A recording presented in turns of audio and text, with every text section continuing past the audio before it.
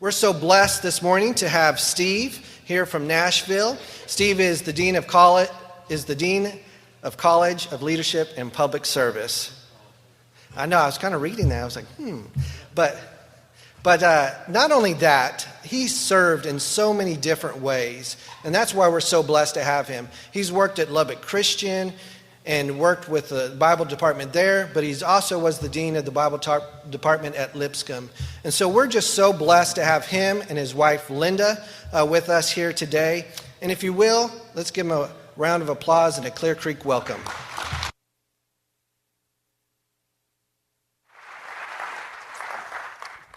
Good morning.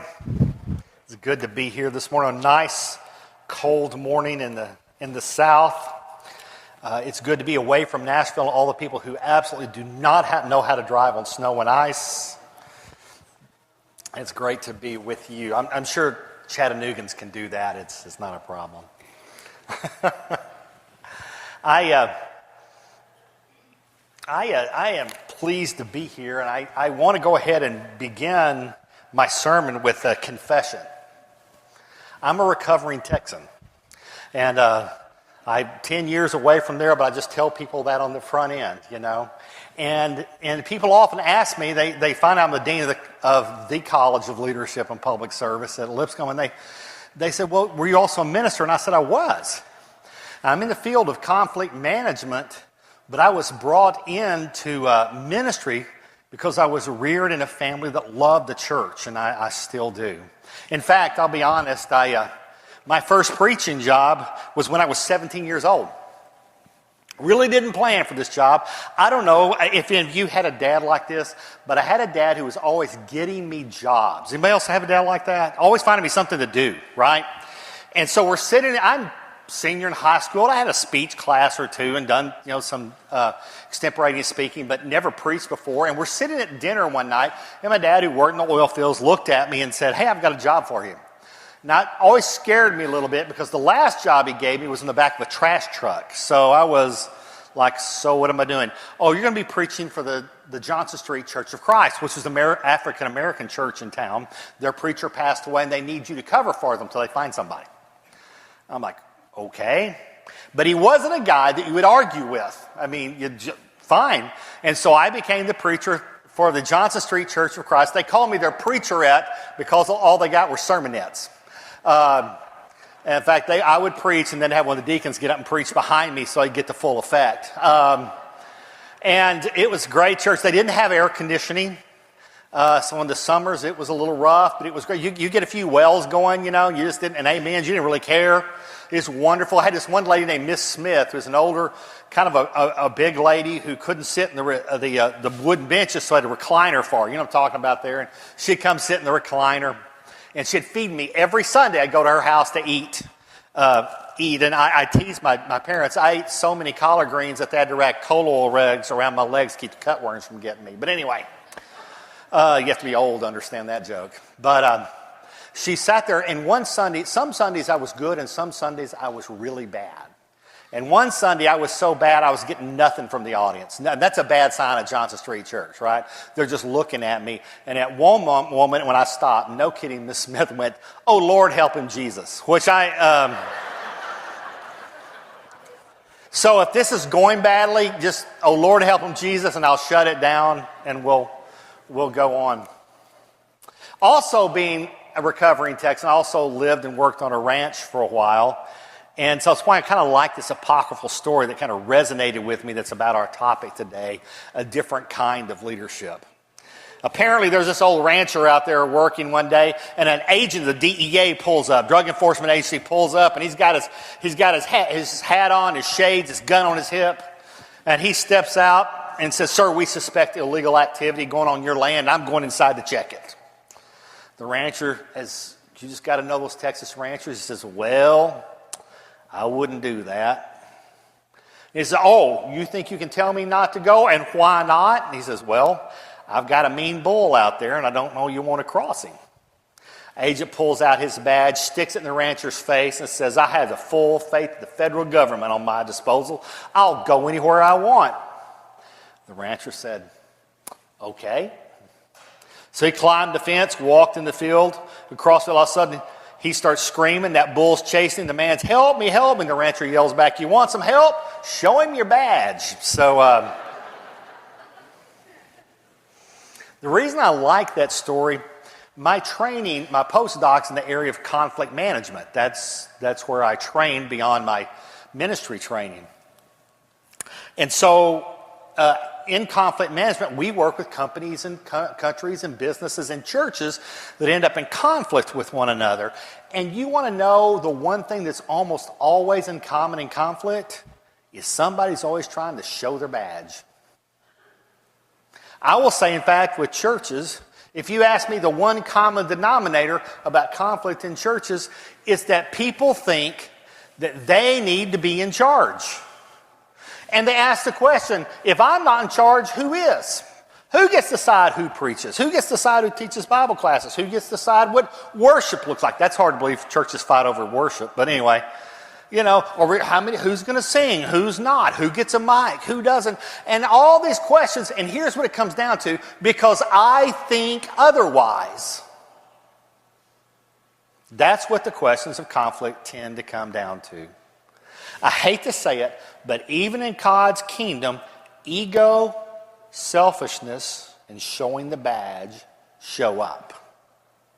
The one thing that gives me comfort as I work with these churches is that this is not a new problem. In fact, our text today, Matthew 18, asks that same question.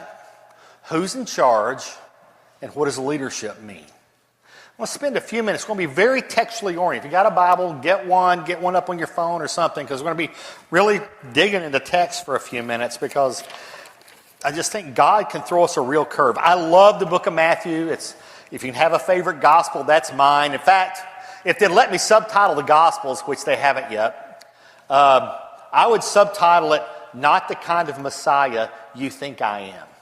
See, Matthew is a subversive gospel.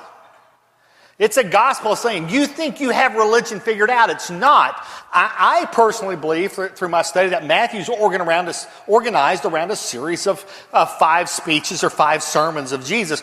The first of which is the Sermon on the Mount, right? That chapter 5, 6, and 7.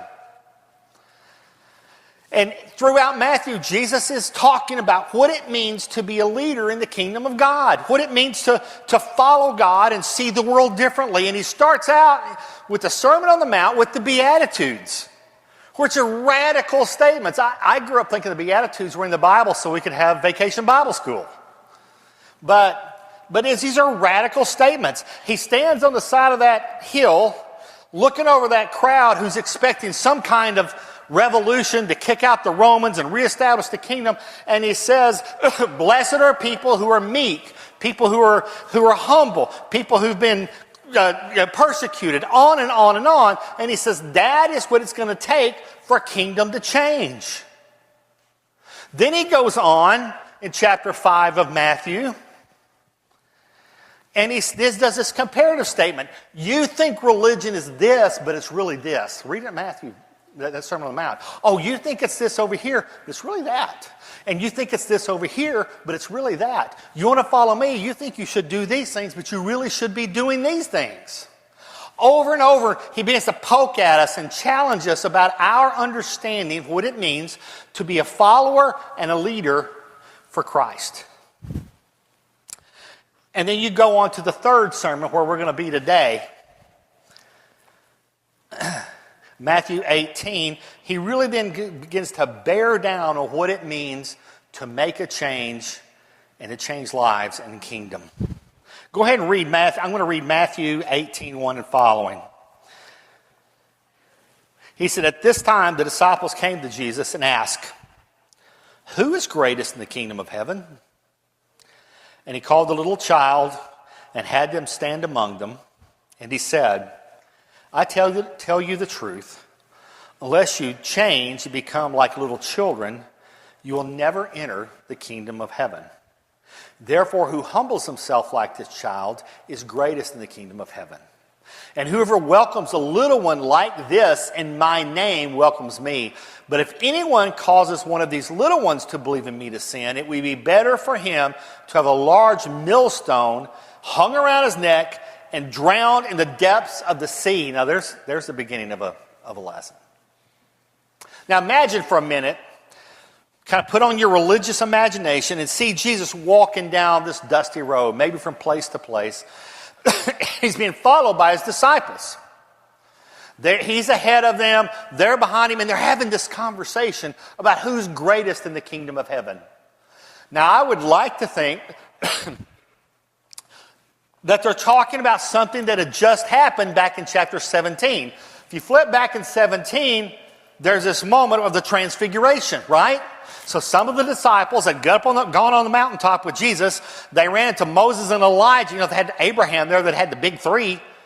And they come down, and the disciples are so impressed about this moment with Jesus, Moses, and Elijah, they want to build a third altar and say, well, Jesus is equal with Moses and Elijah. And they hear from God, no, he's bigger, he's greater, he's more than these will ever be. And this great moment of illumination takes place. I would love to think that as they're walking down that road, the disciples are having that discussion. Is Jesus bigger than a Moses?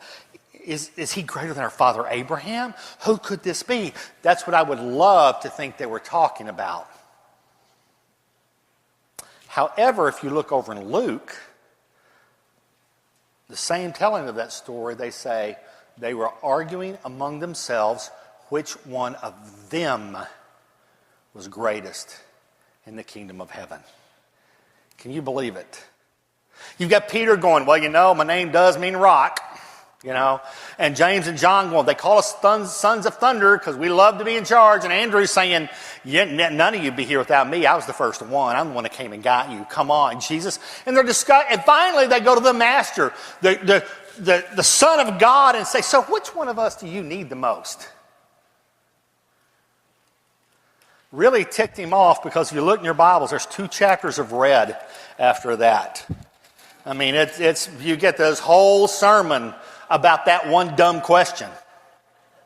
Right? You ever had that one happen to you before? And Jesus says to them, do you want to know what greatness is? Do you want to know what leadership's like? Do you want to know what it means to make a difference in kingdom? First, you have to be like a little child. Now, I don't know about you, but I raised 3 boys, all right? There's a lot about being little children that's not very godly. Is that fair enough? So when you see that, I often wonder, what does that even mean, to be like little children? Then I think about one story. We did live in Lubbock, Texas. You ever been there? It's the National Geographic named it the flattest place on the planet, okay? So I'll let you know that. And we had this tree that grew up in front of our house, and our oldest son, Craig, was always getting into stuff. And about kind of like 2nd or 3rd grade, I don't know what he was, he apparently climbed up on the house. I came outside, and it was a 1-story house, thank goodness. As I came outside, he said, hey, Dad, catch! And he jumped off the house on top of me. And I sort of caught him. We broke our fall, and I was like, don't ever do that again, you know. Had this big speech. And then it dawned on me, I think that was what Jesus was talking about. That innate belief that they will be cared for. That innate trust of taking risk, that they'll be caught. This idea that if there's someone there that we follow them implicitly. He says, you want to be a leader, you be like that. Then he went on and told about little lost sheep, right? You know the story, you can look at it right there. He said, so this shepherd has 99 sheep, and one of them gets lost, and he leaves the 99 and goes looking for the one. Now, I'm not a shepherd, and I'm not in the sheep business, but that seems to be bad business. Part of the world I came from, we dealt with cattle, and when you bought cattle or you brought in a new, your yearlings or whatever, you would figure loss into the herd. You're going to lose some cows. You're going to lose some sheep. There's coyotes and there's wolves. There's disease. I mean, you have 99 sheep. You lose one. That's a good year. He didn't go look for that sheep because he's going to lose money. He went and looked for that lost sheep because he had the kind of heart that losing anyone who's marginalized, who's defenseless, is not kingdom work. Is that making sense? That's leadership. And then he moves on to little children, lost sheep. And then what about let's talk about leadership. Let's talk about that brother who sins against you. What happens if someone mistreats you, if someone's unkind, someone sins? What do? Do you go gossip among your friends? You go cut them off? You partition the relationship? Is that what leadership is? You take them down, you make them back? No, he says you go to that brother, you try to work it out. If that doesn't work, you go get somebody else and try to work it out. If that doesn't work, you go get the church and try to work it out. If that doesn't work, you treat them like a pagan. Now, it's sad to me that text, historically in our movement, has been used to separate people from church, and that's not what this text is about. This text is about if you want to be a leader in church and you have a problem with somebody, it becomes your mission to correct that. It becomes your mission to resolve that. And even if it means sitting down with them or bringing somebody else to sit down with or having a church conversation about how do we do to deal with this. And even if it comes down that you can't, see them as a brother anymore, he says you treat them like a pagan. Well, what did Jesus do to pagans? He loved them. He said greatness is about little lost sheep. It's about little children. It's about undeserved forgiveness. They're kind of getting hammered at this point, right? Peter's not liking it at all. Looking at 18, what is that, verse 21? 21? 18, 21. Peter starts trying to push back. Lord, how many times do I have to forgive my brother? I don't know if he's talking about Andrew or everybody. I'm not sure, How many times I forgive my brother when he sins against me? Now, and Peter's thinking like this unbelievable number of times, like 7? Now think about that. This sounds sexist, but ladies, what if you had to tell your husband to take the trash out 7 times? How well would that go over, right? That's a lot. And Jesus looks at him and says, how about 77 times, 490, depends how you translate it. How about more than you could possibly imagine? Forgive and forgive and forgive. You want to know what leadership is? It's forgiveness. And he goes on to talk about this unmerciful servant who didn't understand that. And he's right in the middle of trying to teach this concept of a different kind of leadership to this group. And then you see the Pharisees try to jump in and hijack the conversation and talk about divorce and other kind of controversial things. And he wouldn't go down that road. You want to define leadership? He wouldn't chase that. They tried to get him off in the ditch and talk about, well, what do you think about divorce? What do you think about this kind of worship? What do you think about that person set over there? What about that other temple over there? They do church different than us. And Jesus is like, you know what? You just need to be committed to one another. You need to love each other. You need to be focused on one another. I am not going to chase all these side things. We're going to be focused on what it means to be leaders in the kingdom. And that's commitment and love. And then finally, the whole thing's got this beautiful circle back. I want you to see something if you have your Bibles. Go in 1913. After all this, these children come back to Jesus. Now, you would hope the disciples got it by now, right? You would think after all that, they'd be like, bring the kids in. Come on. 9:13. The little children were brought to Jesus for him to place his hands on them and to pray for them. But the disciples rebuked them for bringing the kids. Are you kidding me? And Jesus, I've got the feeling 9:14 isn't, let the little children come to me. I got the feeling 9:14 is, you let the little children come to me. And don't stop them, for the kingdom of heaven is theirs. Kind of like not yours at this point, it's theirs. There's this really kind of this moment of revelation for a bunch of disciples who are kind of hard-headed. They might not have gotten it, but there was a person there who did, the rich young ruler. I would like to think, and I kind of suspect, that his question makes more sense if he had observed the whole previous conversation. So here's a guy who's everything we think success looks like.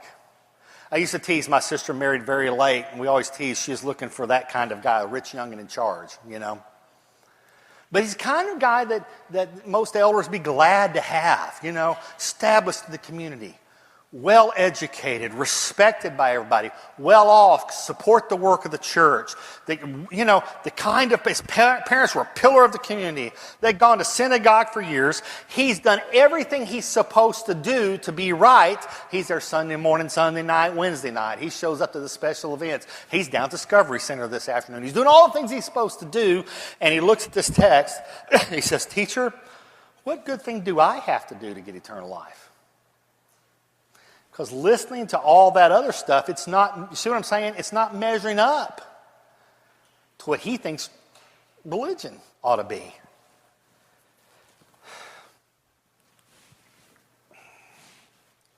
Take that back. Here we go. And Jesus gives this really interesting answer. He kind of sticks his tongue firmly in his cheek. And he says, why do you ask me what's good? There's only one who's good. You want to enter the life? Obey the commandments. That's all he's done his whole life, is obey commandments. But being a good legalist, what's he say? Oh, which ones?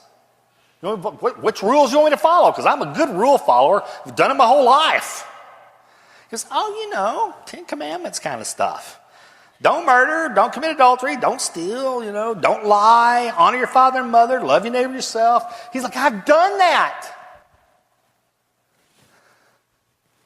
But I still lack something. There's this revelation going on with him that didn't happen with the disciples, which I find interesting. Then Jesus says, okay, you want to be mature, you want to be complete, you want to be perfect? Sell your possessions, give it to the poor, and you will have treasure in heaven, and come follow me. And the young man's sad because he had great wealth, and he laughed. And Jesus turns around and makes one of those really difficult statements that those of us who've done okay in life struggle with. I tell you the truth, it's hard for a rich man to enter the kingdom of heaven. I tell you again, it's easier for a camel to go through an eye of a needle than a rich man to enter the kingdom of heaven. When his disciples heard this, they were astonished. That's a text that gives us a hard time, isn't it? I've heard this text explained away, manipulated, and mistreated my whole life.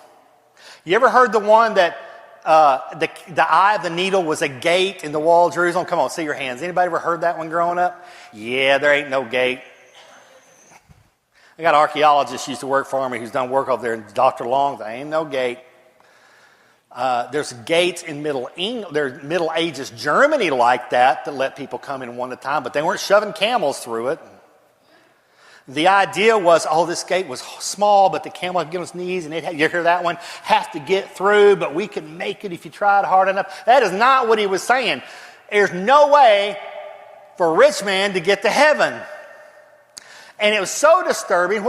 I know he meant what he said because the disciples were blown away. What did they say? Well, who's going to get in? If that guy doesn't make it, we're in trouble. And his basic response is what? Well, left up to man, left up to you, ain't none of you getting in, basically. But with God, what? All things are possible, even the rich man. So he's redefining leadership.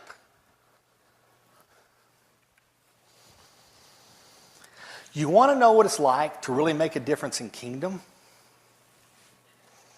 It's about little children, lost sheep, forgiveness. It's about learning to appreciate what you have, learning to give it all over to God, learning to trust in the grace of God. He's outpouring on us because none of us deserve to be here. Not one of you in the room, especially me, deserves to be sitting here claiming we ought to live in the grace of God. We can't do it. This church can't do it for us. You can't come here enough, go to church enough, give enough money, and be good enough to be okay with God. You can't get through the gate. We've got to redefine leadership. So he ends with this beautiful parable, and I'll finish my sermon with this. He tells a story in chapter 20 of vineyards. Now, I lived for 12 years in Lubbock, Texas, and there's really one interesting thing there. It sits at 3,000 feet altitude and has warm, hot days and cool nights, which really works for vineyards. They grow a lot of grapes out there. And I've learned something about grapes. Apparently, the harvest of grapes has to do with sugar content. They need to be a certain level for sugar content, to harvest the grapes for wine and all that. And it doesn't stay at that level very long. So when you harvest, you really go after it. So apparently in this parable, it's harvest time. And it says the kingdom of heaven is like a landowner who early in the morning goes out to hire men to work in his vineyard, 6 a.m. He goes down to the local employment agency. Guys standing outside looking for some work. He pulls up and says, hey, somebody want to work in the vineyard? I'll pay you a day's wage. They hop in, off they go. Then it says at 9 o'clock in the morning, he's going back down to Buddy's for a cup of coffee, drives by, there's some more workers. Get in, I need the work done. They pile off they go to work. Noon, he goes back in for a kosher chicken fried steak, having lunch, comes back out, there's some workers, grabs them, throws them. 3 o'clock in the afternoon, grabs 5 o'clock, 1 hour to quitting time, grabs workers, working as fast as they possibly can. And then they line up in opposite order for payment. And what happens to the 5 o'clock workers? What do they get? They get a full day's wage. Now, don't you know the 9 and 6 a.m. guys in the back are doing the happy dance? They're sitting there thinking, this is going to be good. It's 2 weeks' wages almost coming our way. They're doing the math back there. And they're missing the fact that the 3 o'clock got paid the same, the noon got paid the same, and they get up there and they get paid 1 day's wage, and they're disgruntled. I believe it. That's really not fair working practices, is it? That'd be called one of those lawyers on TV. And when they complain, what does he say to them? Pretty much, it's my vineyard. I'll do what I want. Purpose of that story is what? Well, the purpose of that story is tied into an event I had happen. So I've worked with some churches over the years who have some problems. One's in another state that let the preacher go. It was a big stink over worship, and people were divided up and all fighting with one, and it was not pretty. We're interviewing certain members of the church, kind of get their perspective. And one older lady in the late 80s was sitting across, and she said, I am so upset. They're ruining my church. And I said, could you tell me that again? They said, they're ruining my church. I said, what makes you think it's your church? She said, I've been here all these years. My dad was, I think her dad was an elder, and her granddad's a preacher, one of those two. And I have a long history here. They should be listening to me, and they're ruining my church. I couldn't take it anymore. I said, well, you've been here, 89 years? She said, yeah. And I said, well, Jesus got you by more than 1900. So it's his church. You're forgetting who's in charge. And that's what the story of this message is about. You know what leadership is in the kingdom? It's working in the vineyard. And you know what? If you are blessed enough like me to live your life in that kingdom, what advantage do I have over somebody who's come to the kingdom late in life? What is it that I get that they don't have? I get to work in the vineyard longer than them. It's not about reward. It's not about who's being in charge, who has more pull. It's not about who gives more money or who's been here longer. It's about we all get to work in the kingdom, and there's no pecking order in kingdom business. And so here we sit. He said, I don't know if this is what you guys were looking for, but here's what leadership is. Leadership is about caring for the marginalized. It's about looking for people who are hurting. It's about letting stuff go when people have offended you. It's about figuring out how to work together and being forgiving when people mistreat you. It's about understanding that you don't have anything God really needs. There's nothing you bring to this place that God needs to make his kingdom work. The only thing we get to do is to work in the vineyard, and know that in itself is the blessing. Now, I don't know anything about this church. I'll be honest. I probably should, but I didn't.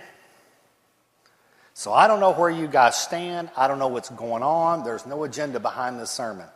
There's just a guy standing up here who knows I haven't lived up to that in my life. I spent way too much time thinking about me and what I want and what's good. And if you really want to change kingdom, this is where we start. So if you're here today and you're not a follower of Jesus, but you're thinking about it, I'm not going to tell you it's an easy trip. Being his disciple is challenging. But if that kind of leadership appeals to you, these are the people who get that. There's not many of them out there in this world, but people in this room understand that's what it means to be different. What's more likely, most of you are like me. You've been in church your whole life, and probably like me, you've forgotten what it means to be committed. And we begin to take our own agenda to the table and our own desires to the table and somehow think this church needs us, when really what we need to be doing is thinking about the blessings we have just to get to work in the vineyard.